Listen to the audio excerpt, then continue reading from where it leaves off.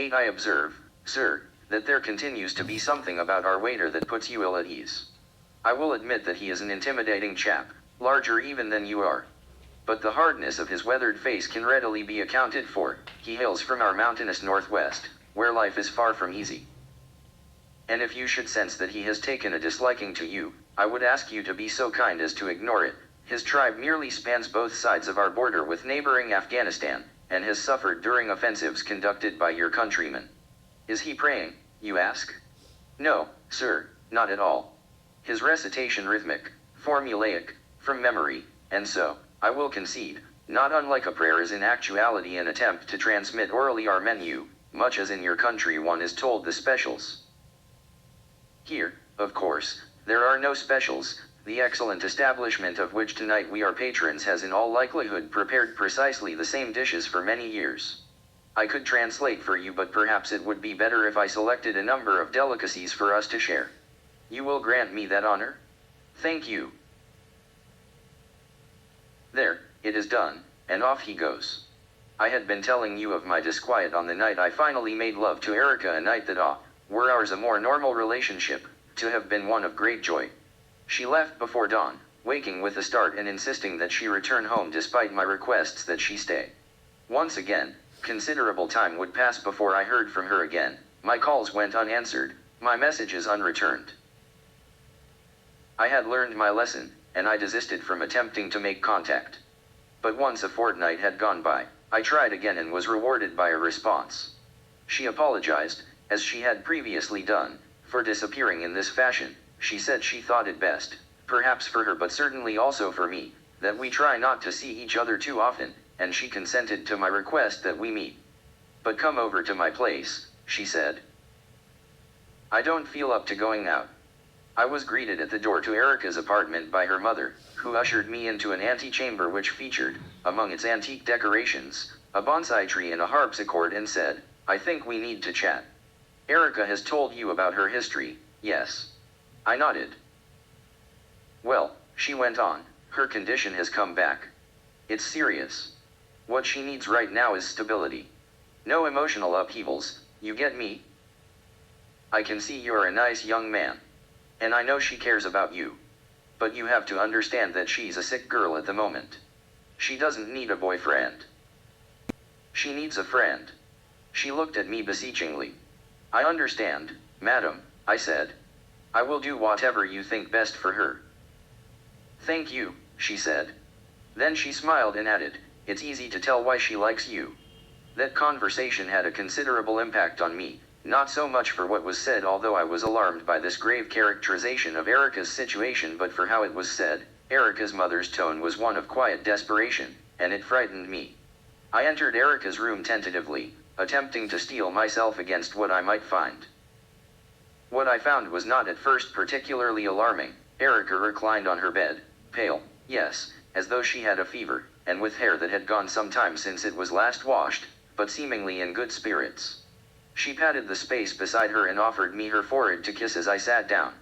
We spoke for a while as though nothing unusual had happened and we were meeting under the most ordinary of circumstances. I told her about my project in New Jersey, the negative reaction to our presence by the employees of the cable company, Jim's words of advice, and about the day-to-day occurrences in my life since she had seen me last. She told me about her doctor and her medication, how the drugs made it difficult to concentrate and so her days seemed to slip away with nothing to show for them.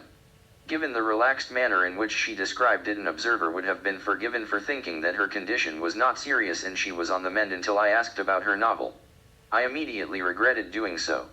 Her eyes began to wander, and her voice became less sure. I can't seem, she said. Every time I try, I just get upset. I haven't been taking my agent's calls. Poor guy. He must think I'm a lunatic.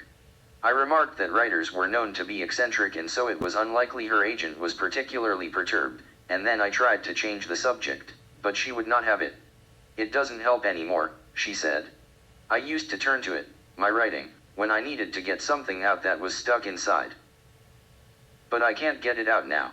It pulls me in, you know. I dwell on it instead of writing it. I tried to prevent myself from asking her what it was, whether because I thought it would upset her or because I thought it would upset me, I do not now know, but I failed. It's whether there's something left, she explained, suddenly and unsettlingly calm, or whether it's all already happened. How can I describe to you, sir, how much her words disturbed me? She glanced away, and I saw her recede into her mind. I placed my hand next to hers, hoping as I had done innumerable times in the past to lure her out of her thoughts. I watched our skin, mine healthy and brown, hers sickly white, separated by a distance not greater than the width of an engagement ring, but she did not notice me. I waited for my proximity to make itself felt to her. A minute passed in this fashion.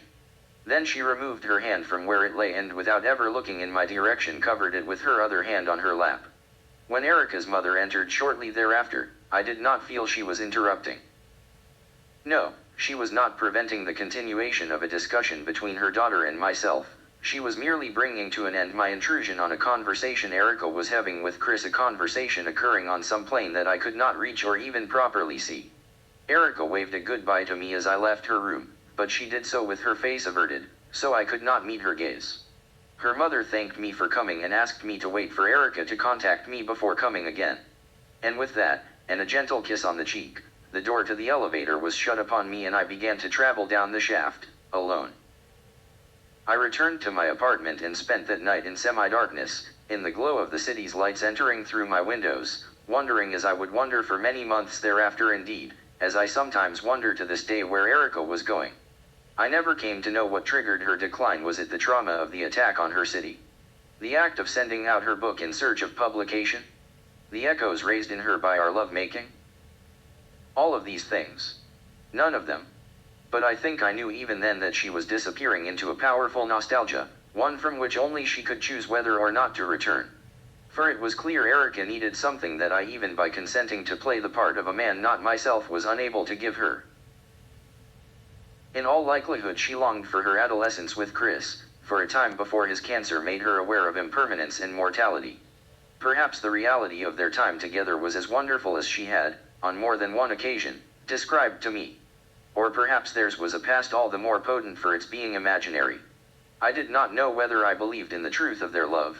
It was, after all, a religion that would not accept me as a convert. But I knew that she believed in it, and I felt small for being able to offer her nothing of comparable splendor instead. I did not see Erica again that year.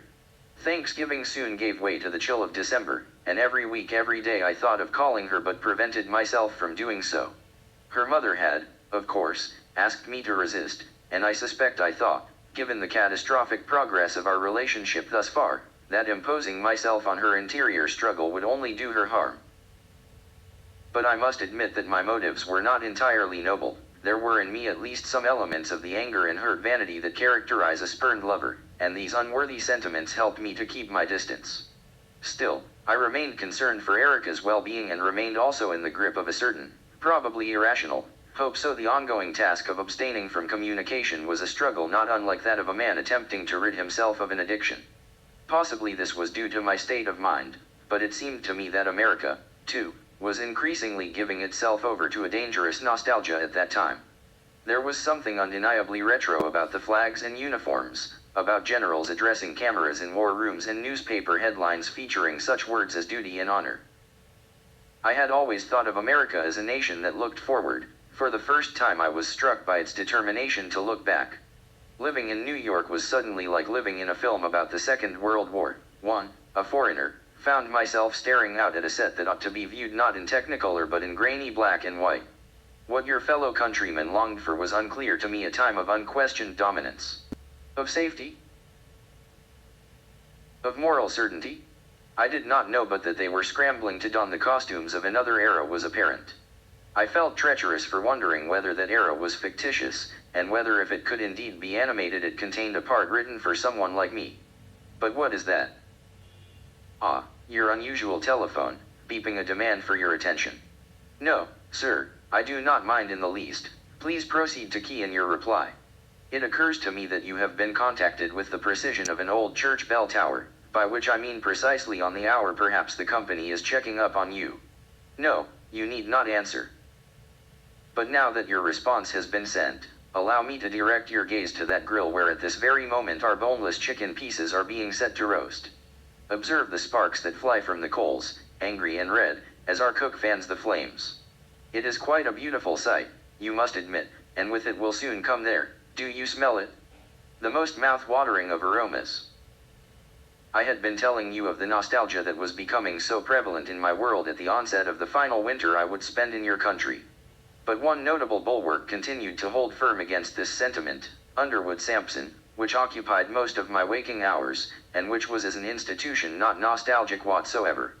At work we went about the task of shaping the future with little regard for the past, and my personal efficacy continued to grow as I immersed myself in my project at the cable company, hoping, in this way, to leave behind the many worries that preyed upon me when I was free to ruminate. I suspect I was never better at the pursuit of fundamentals than I was at that time, analyzing data as though my life depended on it. Our creed was one which valued above all else maximum productivity, and such a creed was for me doubly reassuring because it was quantifiable and hence knowable in a period of great uncertainty, and because it remained utterly convinced of the possibility of progress while others longed for a sort of classical period that had come and gone, if it had ever existed at all. I detected a change in my attitude to my colleagues, a greater understanding of what drove them to focus so completely on their professional lives, and perhaps as a consequence it seemed for a while that my popularity at the office was on the rise. Yet even at Underwood Sampson I could not entirely escape the growing importance of tribe. Once I was walking to my rental car in the parking lot of the cable company when I was approached by a man I did not know. He made a series of unintelligible noises, akala perhaps, or kalapala, and pressed his face alarmingly close to mine. I shifted my stance, presenting him with my side and raising my hands to shoulder height.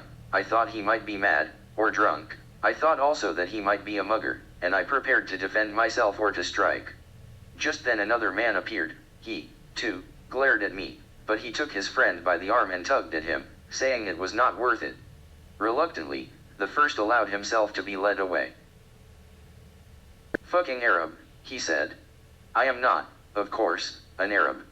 Nor am I, by nature, a gratuitously belligerent chap.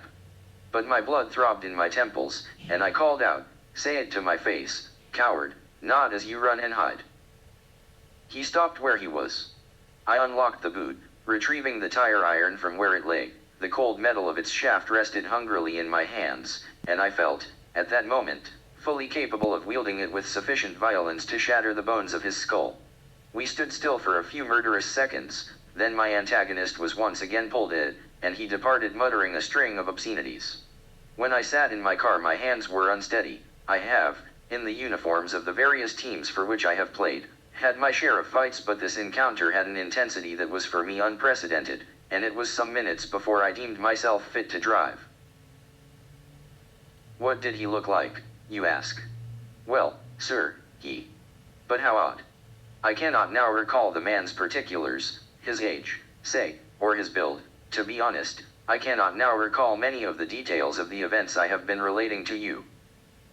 But surely it is the gist that matters. I am, after all, telling you a history, and in history, as I suspect you an American will agree, it is the thrust of one's narrative that counts, not the accuracy of one's details. Still, I can assure you that everything I have told you thus far happened, for all intents and purposes, more or less as I have described. In any case, let us not allow ourselves to be diverted. Some days after the incident in the parking lot close to the end of our project at the cable company, I was again driving back to Manhattan with Jim. It was late, and we were both hungry. He suggested, as I was dropping him off, that he pan-fry us a pair of tuna steaks.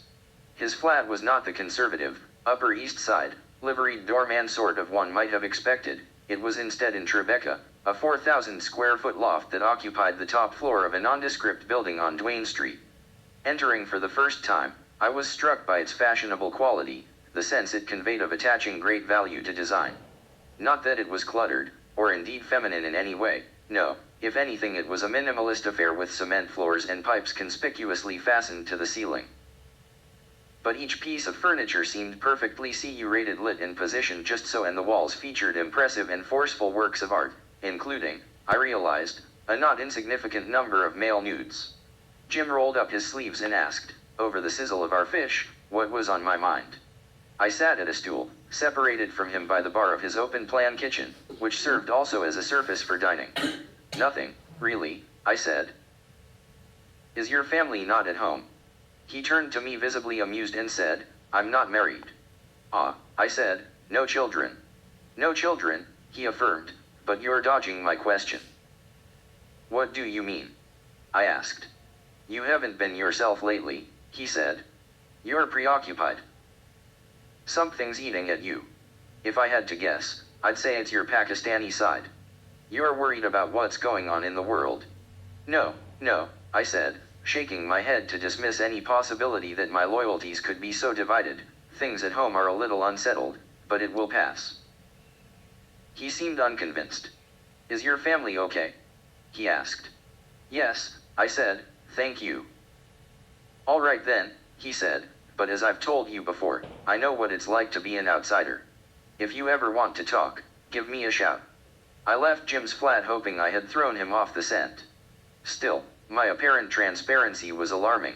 Jim was a particularly perceptive observer, but if my internal conflicts were evident to him, then perhaps they were evident to others as well. I had heard tales of the discrimination Muslims were beginning to experience in the business world, stories of rescinded job offers and groundless dismissals, and I did not wish to have my position at Underwood Sampson compromised.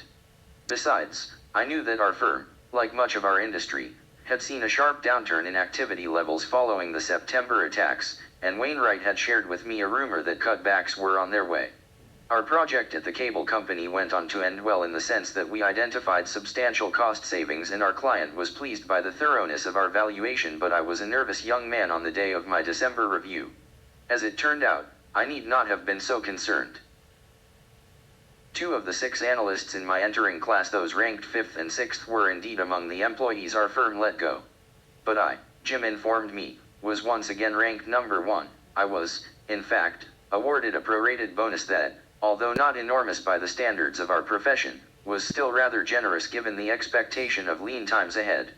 It enabled me to pay off, in full, my outstanding student loans and put aside a few thousand as well. I should have been ecstatic, but earlier that week armed men had assaulted the Indian Parliament, and instead of celebrating my good fortune, I was confronting the possibility that soon my country could be at war. My mother told me not to come, my father said much the same. But with the help of a 7th Avenue travel consolidator and my sudden ability to afford business plus class airfare on PIA, I found myself bound for Lahore at that time of year when New York shoppers busy themselves with the purchasing of last-minute presents and couples can be seen kissing on the streets as they drag beautiful little shrubs to their apartments for use as Christmas trees. I sat on the airplane next to a man who removed his shoes much to my dismay and who said, after praying in the aisle, that nuclear annihilation would not be avoided if it was God's will, but God's will in this matter was as yet unknown. He offered me a kindly smile, and I suspected that his purpose in making this remark was to reassure me. And with that, sir, the moment has come for us to eat. For your own safety, I would suggest that you avoid this yogurt and those chopped vegetables. What? No, I meant nothing sinister. Your stomach might be upset by uncooked foods, that is all. If you insist, I will go as far as to sample each of the plates myself first, to reassure you that there is nothing to fear.